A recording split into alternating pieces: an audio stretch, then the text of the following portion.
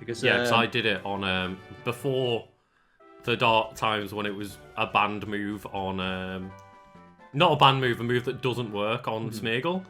I just used gravity on my Sableye with Prankster, and then Dark Void with my Smeargle, and just had a moody Smeargle with Dark Void backed up by gravity to make it 99% accurate. God, the fuck was Alan one? Also, did Lieutenant Surge give us a TM? He did. TM34, I believe. It's Thunderbolt, will it? It's usually Thunderbolt. Presume so, yes. So Lieutenant Surge, man, what a boss. I still get freaked out by his quote in the first Pokemon game, where he talks about how his electric Pokemon zap people to death during a war that never gets brought up again. Yeah. They never bring up the fact that Lieutenant Surge was in a fucking war. Yeah, he just goes, "Oh, in the war," and then it's a what? Hang on. The war, an electric Pokemon fought in that war and annihilate. Oh, that's not a bad move. He gave a shot. I don't mind that. Can anything learn it? Let's have a look. I'm pretty sure, like, can't Espeon learn it? Or something like that? No. Ooh, Maxi could only, go. but Maxi's got Discharge. There was no point. So I guess just save it for a while. We'll just save it, yeah. And yeah, I find it really weird because I'm sure about 2 minutes ago people are already commenting this, but it's implied or theorized that the war is why there's like so few males in the world. Yeah, it's also like every settlement is like 4 people. Yeah, and it's like, oh, you never have dads in the game because they were all busy fighting in the wars. It's one of those famous dark theories about a video game. It's just exactly, yeah. It was like a one-off line. They didn't expect people to fucking just overthink to the ridiculous levels they did, which Pokemon fans want to do. But Lucas, including myself, yeah. Oh yeah, we all did it as a kid. But do you want some more doubles tactics? I always want more. You'll like this one, Lucas. This involves one of your favorite Pokemon. Oh, okay. So another move that I was like, I want to build a set around this because it's a move that is not unique but is so rare that you will never see it, and it's Electrify. So what do you know about the move Electrify? I didn't know that move was a move. Okay, so Electrify I've completely forgotten about it. I'll double check, it's unique to 2 Pokemon, I believe. So, and the reason, like, I'll say which Pokemon it's unique to and you'll know why you never used it. So it is the signature move of Heliolisk. Ah, yes, because I've never built a Heliolisk. No, it's not a great move because Heliolisk has it also learns Parabolic Charge, which is the move you want to use, which is the the electric move that drains health. But it can also be learned by Boltund. And the Electrify has the effect of it turns any move the target Pokemon uses into an electric move, which sounds weird, but Lucas, I'm going somewhere with this. So what you do is you put that Pokemon, you put Boltund, give it max speed, so it outspeeds everything, and then make it use Electrify on your opposing Pokemon. On the opposing Pokemon, the one that you think is going to be the strongest or hit the hardest, and if it hits your Boltund, you now resist that move. But what you then do is you put on your team a Jolteon with Volt Absorb. Oh, okay. So that means now you effectively neuter one half of... Cut again. Fuck's sake. Might as well just keep Aurora out because I feel like we're going to have to use Cut a lot. So, but then it just means we've got to sacrifice someone on the team. It does, but for fuck's sake. This is not okay with that. This problem was solved with later gens, and I'm glad that it was. I'm really glad that it was. But yeah, if you put a Jolteon on your team, anytime your opponent throws out an attack, it's got like a basically 50-50 chance, whichever one it hits, whichever they choose to hit. It's either going to hit your Boltund for basically next to no damage, or it will hit your Jolteon and give it health back. And there's other things you can do, like there's a couple of other Pokemon that have Volt Absorb, but you can also pick a Pokemon that just naturally resists electric, because it will turn any move into an electric move, even like unique and special moves. Like Earthquake, it'll turn it electric and it'll hit both your Pokemon. So you can put Ground type on, just so now you can neuter the offense of any other Pokemon. Or do what I did and give it to a Tyrantrum, which is like that's the Pokemon that I had, and it's Rock type, so it resists electric. And then give it a Volt Battery or something like that. There's an item where if you get hit by an electric type move, it boosts your attack. Yeah, it's difficult to guarantee you're going to be hit by an electric attack unless you have a move that guarantees that whatever move your opponent uses will be an electric attack. Yeah. Not, again, gimmick, but it was really fun to use online because you have people using like Urshifu. Yeah, It's like gonna use what's that one when it hits 3 times and they're all critical hits? Bell end move, I don't know. Yeah, that rapid strike or whatever, and he goes and uses it like on my my Palo Sand, and now it's an electric type move. Which he's thinking, oh, it's a triple hitting water type move against a ground type. So no, it's electric type now. It does 0 damage, and you will not believe how many times people just kept using that move over and over again, not expecting me to electrify it every turn, while my Palo Sand is just very slowly sapping away its health. At no point did the opponent think, I will attack the thing that keeps turning my move electric. Oh, God.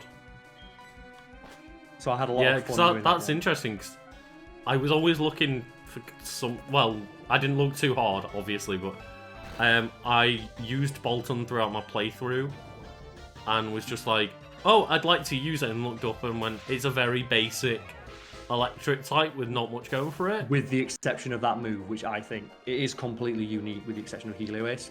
Yeah. And its speed is like base 120. I've got it up on screen now. So its speed is actually pretty high. There's not many things that can outspeed it on with full investment. Yeah, that's pretty good, yeah. And I just made like a support Boltund and taught it Howl as well, which raises the attack of yourself and your teammate Pokemon. And then I give it a Throat Spray. So it uses Howl, raises its own attack, and then raises its special attack, but then I give mine the ability competitive. So if you just happen to be against a person who has, say, I don't know, Intimidate. Like, do you know your Patsic Loose of double Intimidate? You immediately get a +4 boost to special attack. And this is very I've had that once. This is a super fast dog that can learn Thunderbolt. And at +4, Thunderbolt's killing anything. Yeah, that was a time when I can't remember exactly what it was, but I came up against a competitive Pokemon and a physical attacker, so I used double Intimidate on turn 1, and I was like, aha! Say for example, this Weavile has had its attack halved, and then the other Pokemon I think was like a Milotic with competitive. Oh god, no! And just got immediately double boosted. I was like, no! Surf and insta kills everything on the sky. Yeah. It's like, oh god. Do you want to hear another bullshit tactic? This is my my monkey dance team. The ringmaster team, as I call it. Is this Orangaroo? It's not Orangaroo now. This is a Mr. Rhyme. Okay. And Mr. Rhyme has the ability Tangled Feet, which is if Mr. Rhyme is confused, it gains an instant 50% boost to evasion. So as long as it remains confused, it will have a 50-50 chance to dodge any attack. Okay. And I put that on a team with Rillaboom, Persimmon, and then whatever other monkey Pokemon you want. And it's now the Ringmaster, because you put it out there with a Rillaboom, and it's a tap dancing mime with a gorilla playing the drums to keep the beat. And what I do is first turn Teeter Dance. Which uses everything on the team except for yourself, and then skill swap. So now my Rillaboom has 50% evasion. Right. And then everything else on the other team has is confused. So that's like what, 25% chance of not acting that turn. Something like that, yeah. And then just start using shit like Thunderwave, or if you want, throw double screens. So just infuriate them, basically. Yeah, that's what it was. But it's the idea though. There's this Mr. Rhymes just dancing. He's just vibing. And then the monkeys come out. Or, if you want to be a dick, you can obviously, if you put Persimmon up front, people obviously they'll go straight for the Mr. Rhyme, wants to kill it. Then Persimmon is receiver, gets Tangled Feet. Give Persimmon a berry that confuses it and heals it at the same time. Now you've got Persimmon, which is a really good attacking Pokemon with a strong move pool. You can teach it shit like Earthquake and Rock Slide for like good coverage, or Drain Punch that now has 50% evasion for 2 to 6 turns. Oh my god. And that sounds terrifying. Yeah. And then what you do is you bring out your Orangaroo and just tell it to instruct your Persimmon to just keep spamming Earthquakes. And Earthquake doesn't hit your Orangaroo because it's got telepathy. Yeah. So you have just this confused, screaming ape throwing out Earthquakes that cannot be hit. Oh, God. The Ringmaster Pokemon, Lucas. I do like that, the ringmaster of the monkeys. Yeah, with a gorilla boom keeping the beat. And the other tactic I did was... How is my jump bluff faster than a fucking Isn't crowbar? jump bluff like super fast though? Is it? Doesn't it have like... Let's have a look. I've got like, you know, big cheats up. We're not using them for like the battles. We don't really need them, but... Let's have a look. Jump bluff. I'm pretty sure it's like one of those Pokemon that has like surprisingly high speed. So it has chlorophyll, and then its speed... Yeah, it has base 110 speed. Okay, but still, Crobat's like 130, I think? But maybe because it's a jump bluff, it's like 4 levels higher. Yeah, and Eric might not have like the greatest yeah. speed or something like that. He might not have great speed, but yeah, jump up is surprisingly fast. I remember that. It's like, is it Whimsicott? Which is like, it doesn't look like it should be fast because it's just this big puff ball, and it outspeeds almost everything, and then it has Prankster on top of that because fuck I was going to say, I don't think I've ever had to take into account its speed because of Prankster. But it does have very good speed. Speaking of Prankster... Fuck off with your sleep powder! I just want to win the battle! No, Lucas, fuck you. You got to lose. You got to sleep powder it. But yeah, speaking of Prankster, another tactic with Mr. Rhyme is send him out there with a Sable Eye that I chain bred Flatter onto, which raises special attack and confuses. So yeah, because it's Swagger, but for special attack, isn't it? It is, yes. So what that does is first turn gives Mr. Rhyme a special attack boost. He's a special attacker. Ice Psychic, which is pretty good typing, and 50% boost to evasion. And if you want as well, you can just make him start using like double team and shit. If you really want to piss people off, and then just have Mr. Rhyme himself throw out a Teeter Dance to confuse everything. Because then not only have your opponent's only got a 50% chance to hit him, they've got a 25% chance to even act. Yeah. And then you start doing the math on that. That's not a good time. No. And I love the fact that people be like, oh, but evasion tactics aren't allowed in Smogon, and it's... You know what? They're allowed online because you're allowed to bring out 4 fucking legendary Pokemon. Yeah, and if someone's bringing out 4 legendary... The thing is, legendaries might be good, but they can't out-prioritize Prankster.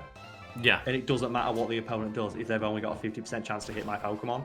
And if they have a 50% chance to hit it and they miss, that's all I need. Well, it's like my tactic of getting a Togekiss and a Cincino, both with like the hack flinches. Oh yeah. Serene Grace for the what is it? Serene Grace on the Togekiss with like Air Slash, which hits both Pokemon. Thunder Wave. And then on top of it, just put it with Cincino with King's Rock and Skill Link. And there's nothing. And people get so infuriated. Because there's nothing you can do. You can't move. You can't move. It's incredible. It's like, you can get it so that Togekiss alone, I think, ends up having like a 60-something% chance to make the opposing Pokemon not able to move. And then add it up with Cincino's 50% chance, and you can just focus on one Pokemon and make it just impossible. And it cannot move. So I think I did it on one of the streams I mentioned earlier. And like, the opponent just... It was like 11 turns where the opposing Pokemon couldn't do anything. That's the thing. Even if you've got a legendary and you're doing scratch damage to it, it doesn't matter if they can't move. Yeah, scratch damage doesn't matter if they can't do anything. You'll kill them eventually. Yeah, they'll die eventually.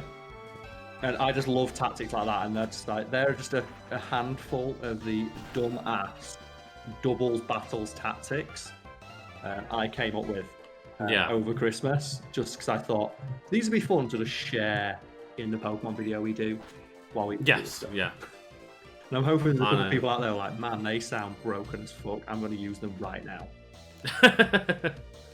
And I find it funny that we're talking about like, oh yeah, you did some Pokemon over Christmas, and it's like, I think these videos are coming out in the middle of February.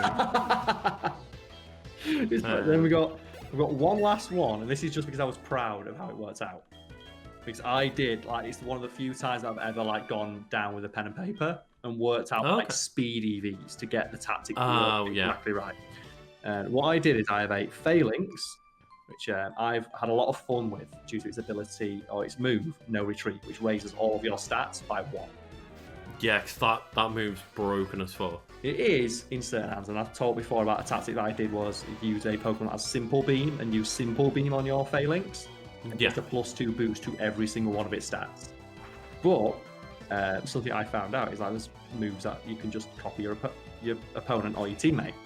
There's a move, Copycat, which allows your Pokemon to copy the last move that was used on the field. And I Oh yeah, and there's thought Mimic as well, isn't there? Mimic, but I think Mimic is you learn the move, and then you can use Oh, it right, again. okay. Whereas Copycat, you use it straight away, but you only use the move that was used last. Yeah. What I did is I got a Zoru, not a Zorak, because Zorak looks shit, a Zoru. Oh, the little baby version. Little baby version with Eviolite, and I made it so that it has one less speed EV, or one less speed stat than the Phalanx, so it is guaranteed to accurate every single turn without fail. Give it Eviolite and Copycat. So it uses Copycat on the first turn, guaranteed, because it's going to always go after the Phalanx. And if you get it set up, you've now got a tiny little Zoru that has Eviolite and like +1 on every stat. And I just thought that was really, it's probably not the best tactic. You could just you could swap that for any other Pokemon. Well, I'm now tempted to try it on a Zoroark, but Zoroark might be so slow. Zorak's too fast. I mean, too fast, but you could give it a lagging tail. Maybe, but then you've no guarantee you're going to act after the Phalanx. Well, you could figure it out, like, you could, yeah. maths-wise again. But this is why I was really proud of this one, because I got it so that my Zorak had one less speed point than my Phalanx, so there is no way. Also, that Pokemon's fucking awesome. I love it. Which Pokemon? That one that you face it, look at it. Oh, Carnivine, yeah. Yeah, it's so awesome. I had a level 100 one of them, and it's the thing I use to train in X and Y. It just has sweet. Oh, really? Yeah, Sweet Scent. Oh, that's how I ended up with a level 100 Tropius, yeah, because it was like, it had Fly, Sweet Scent, and Earthquake on one Pokemon, and I was like, okay, Horde Battle's cool. Just the nightmare, but yeah, I thought it was really good because even though Zorak's not great, especially even with Eviolite, his defense is that great, but with +1 on every stat, it's just like this. Yeah, I mean, almost any Pokemon is decent with +1 to every stat. Yeah, I just thought that was pretty cool. How do I then get around this bitch? Because there's a bunch of stuff you can do with Phalanx. I think if you use Mean Look on it, it can use No Retreat multiple times in a row. Yeah, because I still haven't tried that, but that sounds ridiculous. Yeah, it's not great because obviously Phalanx itself is just a fairly decent Pokemon. It's a singular fighting type, so one Psychic move is going to take you out. But if you give it, say, for example, a berry that reduces Psychic type damage to avoid that and get it a chance to have like a couple of boosts on the go. With Rock Slide. So what does Lagging Tail do? Can you do that, like, look up for me now? It means you always go last. Oh, I've got one right here. It just says the holder moves slower than usual. Yeah, you always go fast. Always go last, I believe. Do you want to look it up for me? Oh yeah, sure. Lagging Tail. Just see if it's like a math calculation or whether it just goes last. I believe it is. You always go last, but you know what? I live and learn.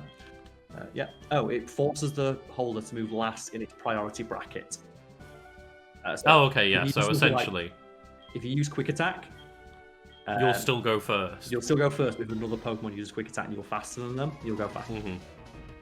Because I was like, oh, if it's a speed reduction, then it will be counteracted by the boost you get.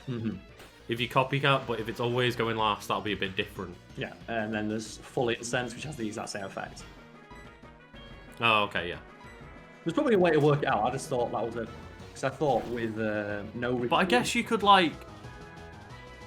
you could do some shenanigans and try and trick the Lagging Tail off it when you've boosted it or some shit. But that's a lot of work. Well, keep in mind as well, Lucas. Copycat is a move that can be learned by the entirety of the EV line. That's how I talk about Zorak. So I bet in your head right now, when I've mentioned that, you're thinking, wait a minute, is there an Umbreon set that could do this? I'm thinking, like, can Umbreon or Espeon learn Trick? You don't need to learn Trick, Lucas. All you need to do is just make sure that they are either slightly slower than your Phalanx, or you give your Phalanx a Choice Scarf. Oh yeah, true. With a Choice Scarf, so it goes like first, and with like something like Espeon, where it's gonna like pretty much go. You could probably work it out. You'd have to practice in like Battle Tower. Yeah. But I think like someone like you who really loves Espeon, you'd be willing to sacrifice a Phalanx to give a +1 to every single stat on your Espeon. Exactly. Yeah. Or a +1 to every stat on your Umbreon, which is a Pokemon you don't want to quit out anyway. You want it to stay in there, keep using Curse and shit. And like my Umbreon already just tanked everything and doesn't die. And now imagine if it had +1 on every single stat. Yeah. That sounds ridiculous. Because people find my Umbreon infuriating to fight against. Because it's so tough, but like copycat, like mate, I'm gonna look it up now and see what other Pokemon can learn it. So I just did it on the Zoru because I thought with Eviolite it'd be an unexpected tactic, which is the point. Exactly. Yeah. All the Pokemon that can use copycat: Mr. Mime, Jinx, the entire Evolution line, Sudowoodo, Blissey and Chansey. Fucking hell. Oh, that's rough. That is fucking rough right there. Like what? An Eviolite Chansey and give it extra boosts. Give it one of That'd be rough. Lucario. I think Eric's gonna die. Yep. Oh, it's rough. Lucario. Double. Oh, double. Double with +1 on every attack. With Fluffy as well. Give it Fluffy. Give it Copycat. +1 on every stat. Fluffy. And then give it, what's the word now? Cotton Down. Give it +3 to its defense, whatever the fuck that move is. Oh, Cotton Guard, yeah. And then give it Body Press. Oh, God. So it attacks to its defense. And then Pokemon can learn it by breeding. Is Zoru, which is why I did it, because I thought no one's going to expect it. It's already a rare move, and it's already a rare move that you see. And then Bunary. So Bunary can learn it as well, as you could teach it to your Lopunny, and have a Lopunny on +1 stats. But I just thought, you're never going to see that, ever. Yeah. Or you can give it to the Marrow line. So a huge power Marrow. Oh my God. With +1 on every stat. Huge power Azumarill is already crazy good. Yeah. Huge power Azumarill with +1 on every single stat, and then use Belly Drum. And keep in mind as well, like Phalanx is like super fucking tough. Yeah. So it's gonna take at least one hit when it's got +1 on all its stats. Especially if you make a bulky one, which I did. Oh, man. But yeah, that's My the head's last going. of my dumbass doubles tactics. But I hope some people listening to this, they at least heard a couple of things. They're like, I want to do that because that sounds hilarious, or infuriating for my opponent. And that's the issue, is I generally just haven't had much time to train Pokemon, and I talked about doing like a stream with players, and Yeah. I just haven't got around to it yet because I haven't trained enough Pokemon, because it does take a while, but they did make it a bit easier in Sword and Shield, because you can just use like, I think bottle caps are quite easy to get in this version. Yeah, that's the thing, because I was grinding all this shit out in both ranked and in the battle tower. So I check stats and check if like the moves work the way I intended, because there's a lot of like interactions with some of these tactics that I wasn't really sure will it work. Yeah. So I went in there and I just got an absolute shit ton of bottle caps, and then I was doing loads of raid battles to get all the TMs and stuff, because I was switching up my movesets to my Pokemon so much, so I get all the TR. Ah, okay, yeah. So I was able to just feed like 50 XL candies to everything in my team. There's like a couple of Pokemon like Palo Sand. I looked at it and went, I have done so many sets revolving around this Palo Sand. Fuck it, level 100, give it perfect stats. Because that's my issue, is I like to IV breed Pokemon. Yeah. So they've got perfect IVs before I then train them. But that's the thing though, because I was like, it had like fantastic, pretty good, and then like one best. And I went, no, I want it to be on perfect stats. Fuck it, level 1. I'm gonna go for a quick bathroom break, mate, while you kick shit out of Erica. Yeah, no worries. Yeah. And this Blossom's giving me more trouble than I planned for, but holy shit. Just is Erica this gym leader? Like, just in general. I thought we could just come in with a crowbar and be happy days. But clearly not. I'll tell you what. Sorry, Aurora. Like, just the Sakurais. So we'll go to our bag and we will revive. There we go. So I'm wondering, I'm just gonna do it on Eric.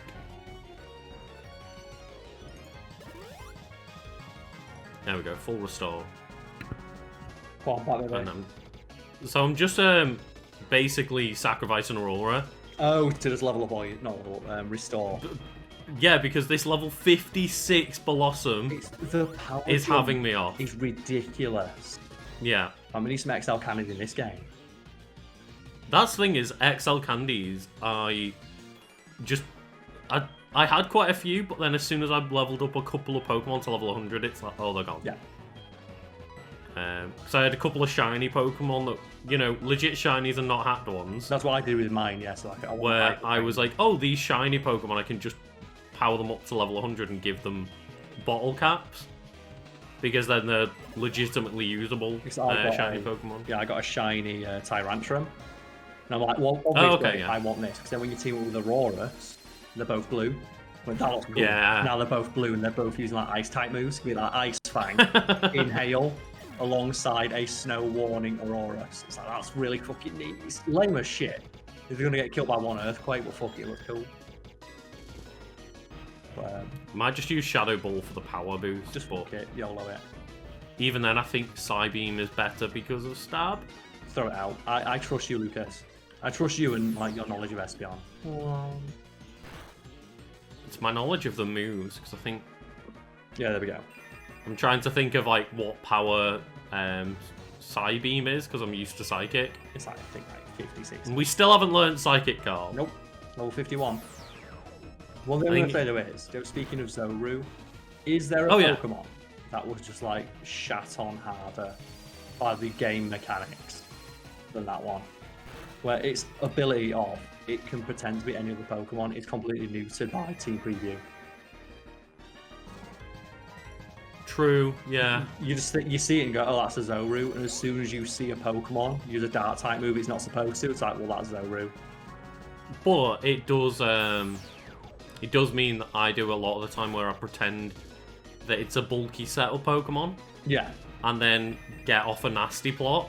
Because people will be like, well, oh, this thing's going to do this. Like, it'll, I don't know, set up spikes. Yeah, it's like so turn one, I'm going to just stop it setting up spikes. Yeah, it's a gimmick thing, but it can. And it is a gimmick thing, but I've had it pay off, to be fair. But I guess at the same time, if you see a Zoroark, you're going to be like, well, they're pretty much always going to use a rock turn one to get off that, the disguise or whatever it's called. Yeah, which is why one of the other sets I've got is like a little Zoru with that boosting stat and then a Zoroark itself, because that can learn the move Burning Jealousy, which is another move that's super interesting and you're probably never going to see anyone use because it's super situational, which is it's the fire type move that guarantees a burn on any Pokemon that raised its stats that turn.